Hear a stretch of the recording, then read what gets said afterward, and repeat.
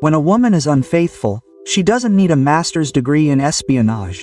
Her own brain gives her away. That's right. She can delete messages, make up excuses, and put her phone in ninja mode, but the mind always leaves cracks.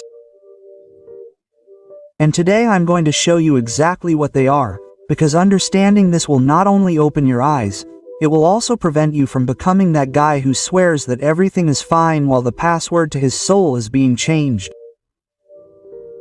They say that the truth is always seen in the small details, but the problem is that many men prefer not to see them. It's more comfortable to think that everything is the same, even if nothing fits anymore. Marcus Aurelius said, "What happens to man is in harmony with nature." And yes, even betrayal has its biological logic.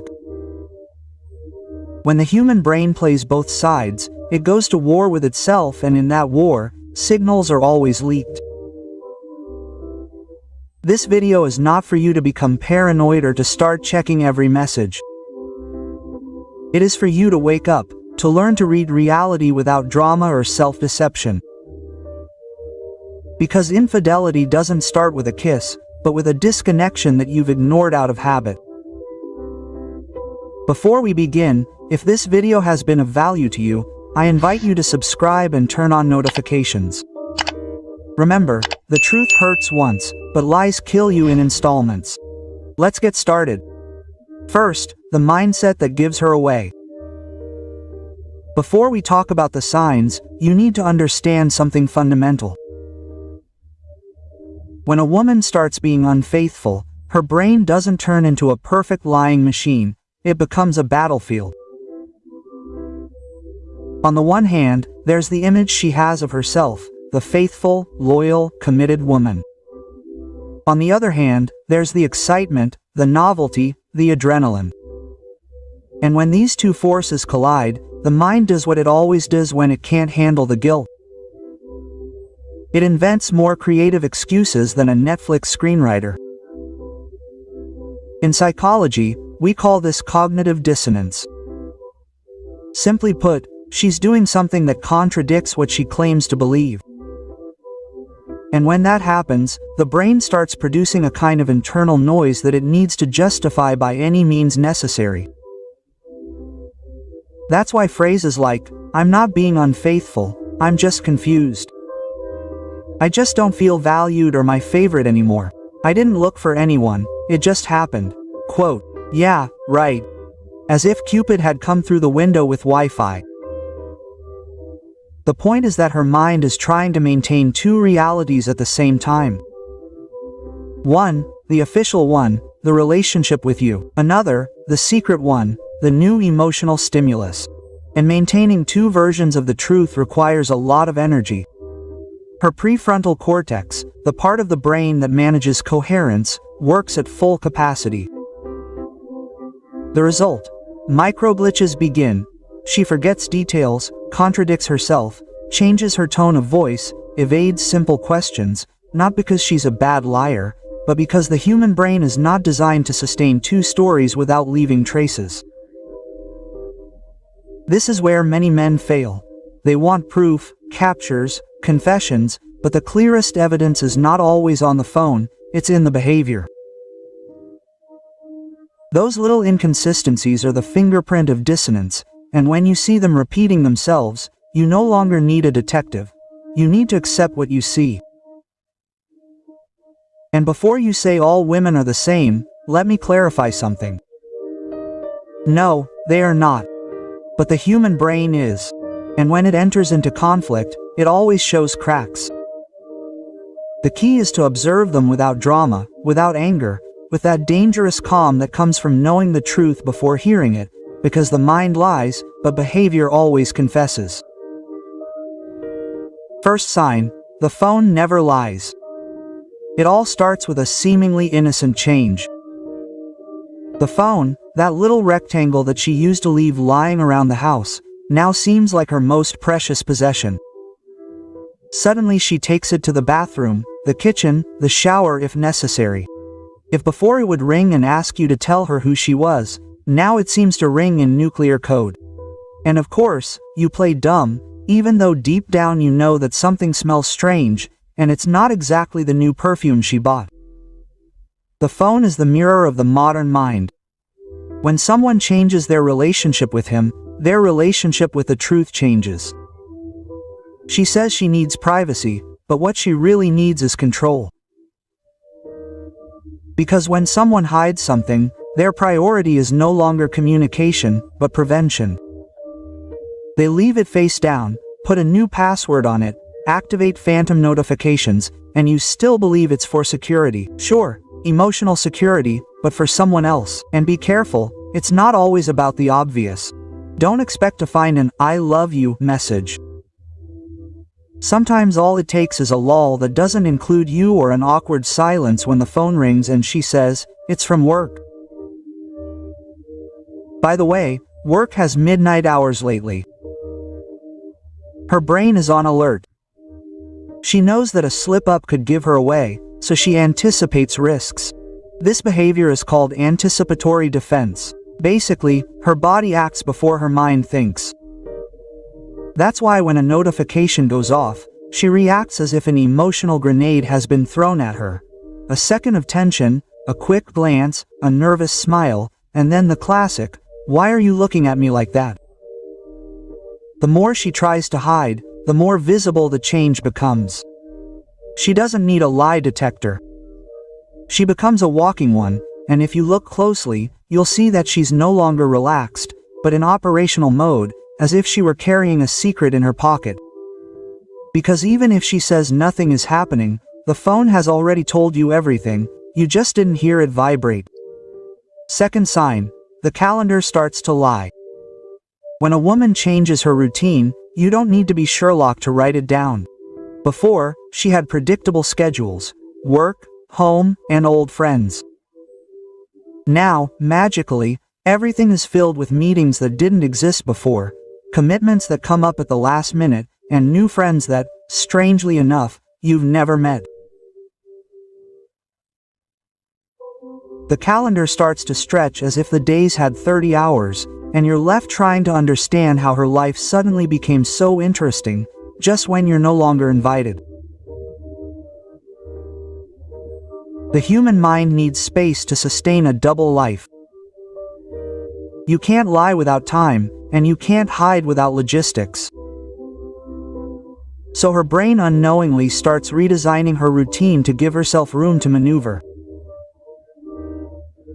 It's the "I have to leave early and don't wait up for me" phase. The ironic thing is that while you're wondering if you did something wrong, she's rehearsing her new version of reality, and her best ally is her planner. In psychology, this is called behavioral space creation. It's when someone modifies their environment to make a contradiction possible. Simply put, she needs time to lie comfortably, and of course, in that process, mistakes appear. Dates that don't add up, places that don't exist, versions that change. But when you ask questions, the answer is always the same. You're exaggerating, of course, because a liar's best trick is to make you doubt your memory. And there's a detail that few notice. When everything is calm, she seems distant, but when you suspect something, she suddenly becomes more affectionate. It's not love, it's emotional compensation, a way of calming her guilt without having to confess, like someone who covers up a leak with perfume. So don't look for the error in the calendar, but in the energy. When someone is where they want to be, you can see it in their eyes. When they are where they don't want to be, you can also see it. Only they pretend to be more tired, more stressed, and make more excuses. And if you observe without justifying, you will see that the routine is no longer a routine, it is an alibi with an agenda included. Third sign, when the guilty party calls you guilty. This is the most theatrical phase of the process, projection. When a woman begins to feel cornered by her own guilt, she does the most human thing there is, she throws it at you. Suddenly, you are the one who is distrustful, you are the one with insecurity issues, and you are also the one ruining the relationship with your jealousy. She is just fed up with you not understanding her. Of course, because understanding a story with two versions at the same time is almost an act of magic. Here the mind plays its best psychological trick, projection. Basically, when someone can't stand their own reflection, they use you as a broken mirror. So her accusations aren't really about you, they're about what she doesn't want to admit about herself. I sense that you're distant. It usually means, I walked away a while ago. You don't trust me, quote. It actually means, I don't trust myself anymore. And the classic, you're paranoid, is the desperate cry of someone who fears being found out. Their brain, in defense mode, needs to release tension. And what better way than to make you the villain? That's how they internally justify their betrayal. If you're the problem, then she's just looking for what she's missing. An elegant excuse to avoid facing the guilt head-on. The funny thing is that many men fall into the trap. They start apologizing, showing love, making more effort, thinking that the conflict will be resolved with affection. Mistake. You can't heal a lie that isn't yours with affection. The calmer you stay, the more nervous she gets, because the guilty party who doesn't defend themselves is dangerous, she's clear. So if you notice that every conversation turns into a trial where you always end up being the accused, stop. You're not losing your mind. You're watching a living manual of emotional projection. In short, when the guilty party calls you guilty, don't argue. Observe. Guilt screams what the mouth doesn't confess. And even if she says that everything is in your head, remember, that's exactly where her story doesn't fit anymore. Fourth sign. Desire doesn't lie, it just changes direction. If there's one thing that gives a person away, it's their energy. And desire, my friend, is pure energy. When a woman starts being unfaithful, her desire doesn't disappear, it just changes focus. It's like a lamp that used to illuminate your table and now discreetly points to another corner. You still see light, but it's no longer for you. Suddenly, physical contact becomes rare. Either too little or too much. If she cools off, she tells you she's stressed, tired, with 1,000 things on her mind. But strangely enough, that same stress doesn't stop her from spending hours on the phone laughing about something that clearly wasn't you. And if she suddenly becomes more passionate, don't get too excited. Sometimes excess is guilt in disguise. It's like she wants to erase the evidence with kisses. Spoiler alert, it doesn't work. In psychology, this is called emotional compensation. When someone cheats, the brain seeks to balance the emotional weight by doing the opposite with the person who was cheating. Betrayed. That's why some people become more affectionate, more attentive, more thoughtful. But if you look closely, the contact is mechanical. It's physically there, but mentally somewhere else. It's an automatic, soulless, I love you. The body also speaks. Body language changes. She touches her hair less when she looks at you, avoids long eye contact, or appears restless when approaching. On the other hand, if she feels guilty, she'll hug you tighter, but with that hug that seems more like an apology than affection. It's not passion, it's biochemical compensation. Her mind says, keep up the facade. Her body says, I can't pretend anymore. And you, in the midst of it all, try to find logic where there's only dissonance. The most common mistake is to justify. Maybe she's at another stage. Maybe desire changes over the years. No, desire doesn't evaporate, it's redirected. Attraction doesn't die, it migrates. So when desire behaves like a lost tourist, don't lie to yourself. You're not crazy. You're seeing how the emotional connection has changed direction because desire doesn't lie, it just changes beds. Fifth cue. Change starts in the mirror. One day you wake up and notice something is different.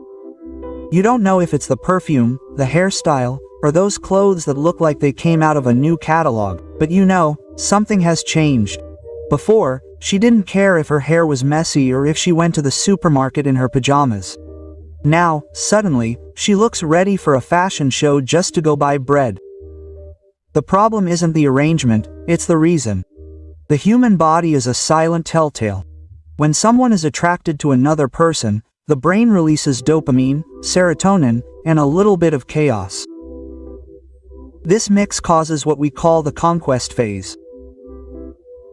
The urge to impress isn't fixed by chance, it's fixed by stimulus.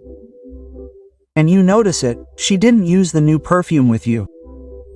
The lipstick she used to reserve for special occasions is now part of her daily uniform. When motivation changes, intention shows. If before she asked you for opinions about her clothes, now she simply gets dressed and goes out. And when you ask who all this grooming is for, the classic answer comes up. Can't I look good for myself? Sure, but after 3 years of wearing the same t-shirt to bed, self-love decided to wake up right now. What a coincidence. In psychology, this is called a change in projected self-image. The brain adjusts the external world to align with the new internal narrative. And that narrative almost always includes someone else. It doesn't mean it hates you, it just means its focus is no longer on you. The mirror has become its new ally to impress another audience. You'll probably feel guilty. You'll think that it's grooming itself more because perhaps it's regained its self-esteem. But don't confuse self-esteem with hormonal motivation. When the body vibrates for someone else, self-care becomes a ritual, it doesn't need to say so. It's being transmitted with every gesture, every piece of clothing, every glance. So when you notice that the change is starting in the mirror, don't ignore the reflection. It's not vanity, it's a sign, because when the body screams for renewal, the soul has already changed its story. Your intuition doesn't need proof. There comes a time when signs are redundant. It doesn't